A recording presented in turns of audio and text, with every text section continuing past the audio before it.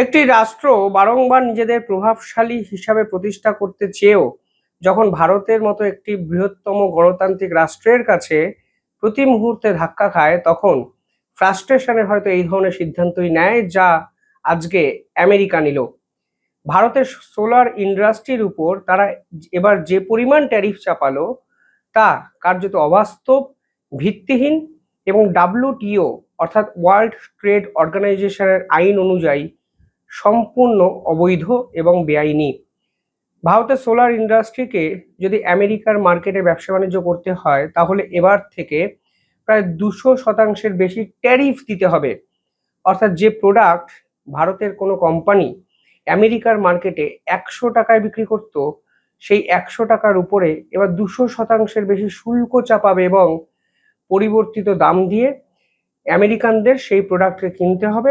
এর ফলে আজকে ভারতের সোলার ইন্ডাস্ট্রি কার্যত আমেরিকার মার্কেটের জন্য বন্ধ হয়ে গেল, আপনারা ভাবতে পারেন। কারণ দামের ভারসাম্য কোনোভাবেই রক্ষা করা সম্ভব হচ্ছে না।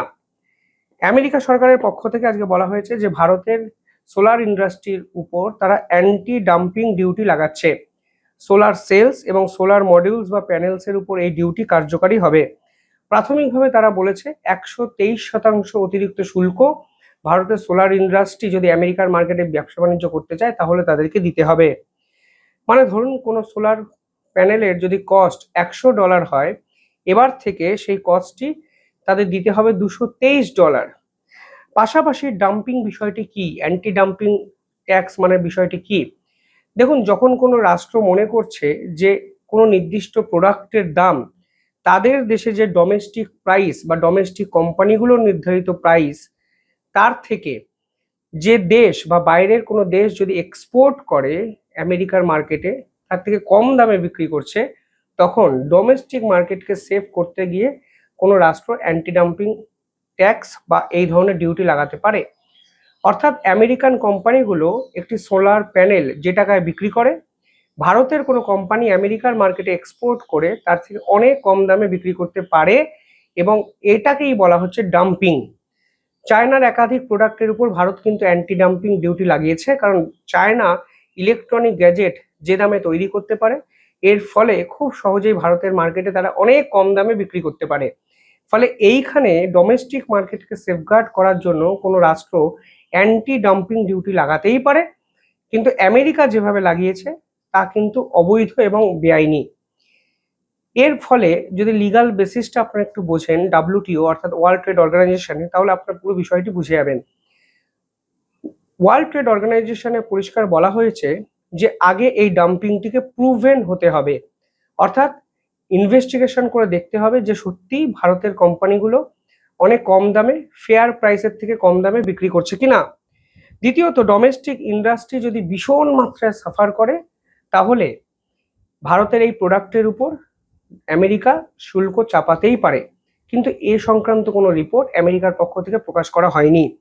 পাশাপাশি এই পুরো প্রসিডিওরটা যদি আপনারা দেখেন, তাহলে দেখবেন যদি কোনো নির্দিষ্ট দেশের ডোমেস্টিক কোনো কোম্পানি সরকারের কাছে আবেদন করে বলে যে বাইরের একটি কোম্পানি ডাম্পিং করছে, অর্থাৎ ফেয়ার প্রাইসের থেকে কম দামে বিক্রি করে তাদের দেশের ডোমেস্টিক ইন্ডাস্ট্রিকে শেষ করতে চাইছে, তাহলে সরকার একটি ইনভেস্টিগেশন কমিটি তৈরি করবে।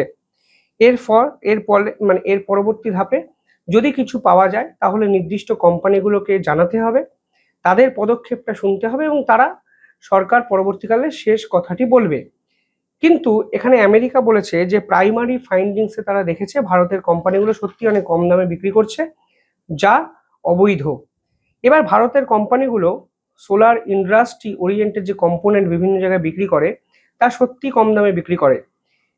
এর জন্য কিন্তু ভারত সরকারের একাধিক পলিসি দায়ী। ভারত সরকারের পলিসি সোলার ইন্ডাস্ট্রিকে ডেভেলপ করার জন্য একাধিক ক্ষেত্রে সাবসিডি দেয়, এবং যে কম্পোনেন্ট থেকে তারা মালপত্র বিক্রি করে বা তৈরি করে সেই মালপত্রের দামের উপরেও কিন্তু একাধিক ছাড় ভারত সরকার দেয়। অর্থাৎ ভারত সরকার ভারতের সোলার কোম্পানিগুলোকে একাধিক ক্ষেত্রে পলিসি সাপোর্ট করে এবং গভর্নমেন্ট ইনসেন্টিভও প্রোভাইড করে। ফলে অটোমেটিকলি ম্যানুফ্যাকচারিং কস্ট কিন্তু অনেকটা কমে যায় এই সোলার কম্পোনেন্টগুলোর, ভারতীয় কোম্পানি যখন এটাকে তৈরি করে। এই প্রেক্ষাপটে দাঁড়িয়ে আমেরিকা মনে করছে যে ভারত পুরোটাই অবৈধ এবং বেআইনিভাবে আমেরিকার ডোমেস্টিক ইন্ডাস্ট্রিকে শেষ করতে চাইছে। ভারতের কি করণীয় উচিত? আচ্ছা, আরো একটা বিষয় এখানে বলে রাখা দরকার। এই যে কাউন্টার ডাম্পিং ডিউটি যেটা আমি বললাম 123%, তার আগে কিন্তু অলরেডি ডোনাল্ড ট্রাম্প ফেব্রুয়ারি মাসেই কাউন্টার ভেলিং ডিউটি চাপিয়ে দিয়েছিল, যার পরিমাণ 126%।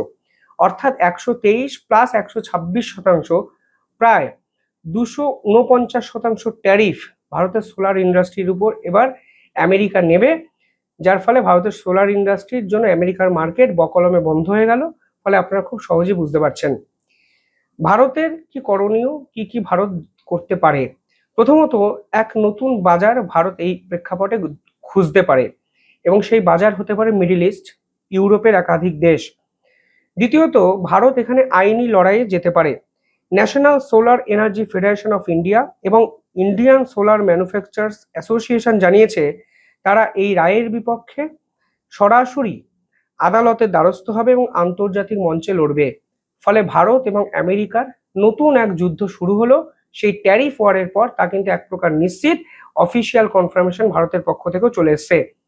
অন্যদিকে ভারত ডিপ্লোম্যাটিক চ্যানেল ওপেন করে আমেরিকার সঙ্গে কথা বলতে পারে, এবং বর্তমানে যেহেতু আমেরিকা এবং ভারতের দ্বিপাক্ষিক বাণিজ্যিক চুক্তি সই করার মুখে দাঁড়িয়ে আছে, ফলে ভারত কিন্তু এই পার্টিকুলার ইস্যুটাকে রেজ করতেই পারে, এবং এক্ষেত্রে আমেরিকা যদি নমনীয় হয় তাহলে লাভটা কিন্তু ভারতের হবেই। ভবিষ্যতে কি হতে চলেছে এই পুরো বিষয়টা? দেখুন, আগামী কয়েক মাস ভারতের সোলার ইন্ডাস্ট্রির জন্য অত্যন্ত ইম্পর্টেন্ট। ফাইনাল ডিটারমিনেশন আমাদের ডিসাইড করতে হবে। এই রায় কিন্তু প্রাথমিক একটি রায়। চূড়ান্ত রায়ের আগে ভারতকে নিজেদের সপক্ষে একাধিক যুক্তি সাজাতে হবে, এবং পরবর্তী ধাপে ভারত মেক ইন ইন্ডিয়া অর্থাৎ ভারতের বাজারের উপরই ডিপেন্ডেন্সি কিন্তু বাড়াতে হবে, তা কিন্তু এক প্রকার নিশ্চিত। যদি আপনি আমেরিকা, ইউরোপ বা ভিন্ন দেশের উপরে ডিপেন্ড করে ব্যবসা বাণিজ্য করেন, কোনো না কোনো সময় এই ধরনের সমস্যার মুখে পড়তে পারেনি, তা কিন্তু পরিষ্কার। ভারতের কিন্তু আরেকটা নতুন চ্যালেঞ্জ এক্ষেত্রে তৈরি হবে, তা হলো চীন।